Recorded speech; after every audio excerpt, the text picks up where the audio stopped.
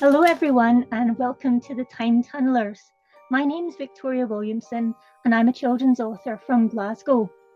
Growing up, I loved history, and when I was in primary 4, when I was 8, I learned all about my local Scottish history when we learned about the poems of Robert Burns.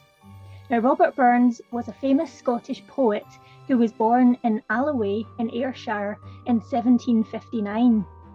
Growing up, he loved hearing spooky stories round the fire, especially stories about witches and Halloween, and that inspired him to write his famous poem Tam-O-Shanter, all about witches at Halloween. For those of you who don't know the poem, here's the summary I wrote of Tam-O-Shanter when I was 8 years old in school. One night, in a village pub, Tam sat merrily drinking wine. He was so drunk he could hardly stand. Despite his wife's warnings, Tam drank until he had no money left. By this time, a storm had broken out, and thunder was rolling, and lightning was flashing. Tam saddled up his faithful horse Meg, and they set off. By the time they reached the graveyard, the clock struck 12. Suddenly, the graveyard lit up with red lights, and Tam decided he would go up and see what it was. Meg, the horse, didn't want to go, but at last she had to go. They crept up to see what it was, and they saw witches and warlocks.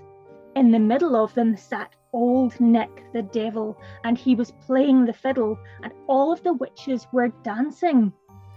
Then a young witch started dancing and showing off. She got too hot and took off her dress and danced in her petticoat. Tam forgot his fear and he shouted, "Well done, Cutty Sark." Immediately, all of the lights went out and the witches came after Tam. He jumped on Meg and rode away as fast as he could go to reach the keystone of the bridge.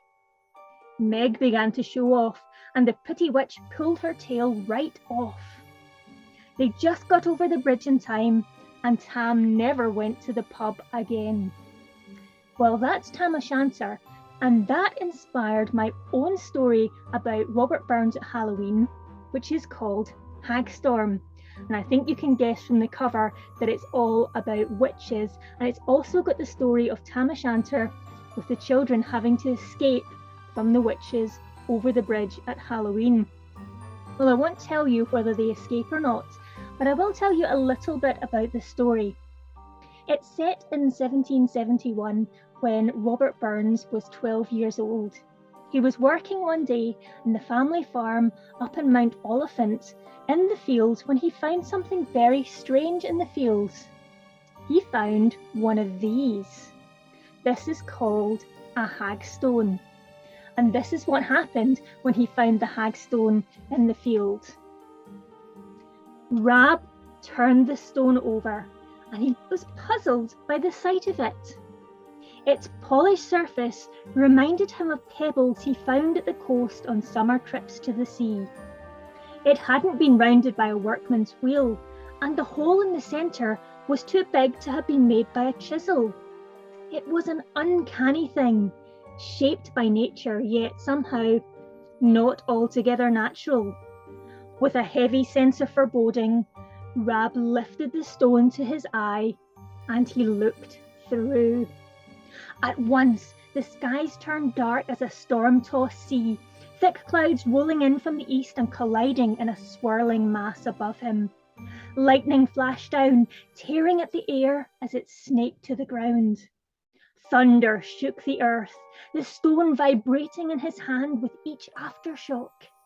Its polished surface turned icy cold, and he fought the urge to drop it and run from the dreadful sight. Somehow he was rooted to the spot, watching helplessly as something else began to appear in the raging sky. Black shapes were emerging from behind the clouds, flitting across the sky like monstrous ravens. But these were no birds.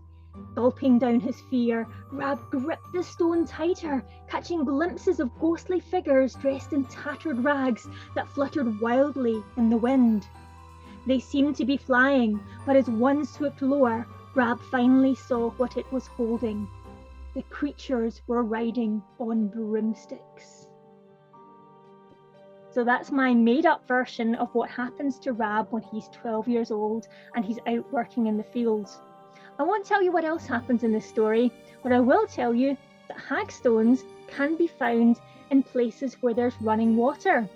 They're made naturally by running water, hitting a stone and eventually creating a hole in the middle, and they're meant to be magical objects, and you're supposed to be able to see fairy worlds or other worlds through the eye of the hagstone.